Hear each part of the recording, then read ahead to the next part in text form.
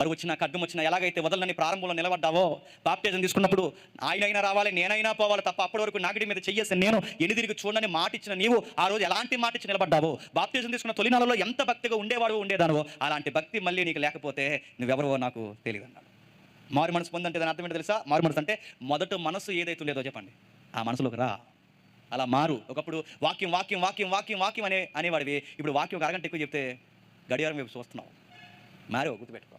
ఒకప్పుడు వాక్యం చెప్తుంటే టకటక అందరికన్నా ముందు వాక్యాలు తీసి చదివేదానివి, ఏ పుస్తకం ఎక్కడ ఉందో టకటకా చెప్పి నీ పిల్లలు కూడా నేర్పించేదానివి. ఇప్పుడు వాక్యం చెప్తుంటే పక్కన గోక మరి సోదుకోపలు చెప్తున్నావు. నీకు వాక్యం వినడమే మానేసే ఈ మధ్య మారిపోయావు.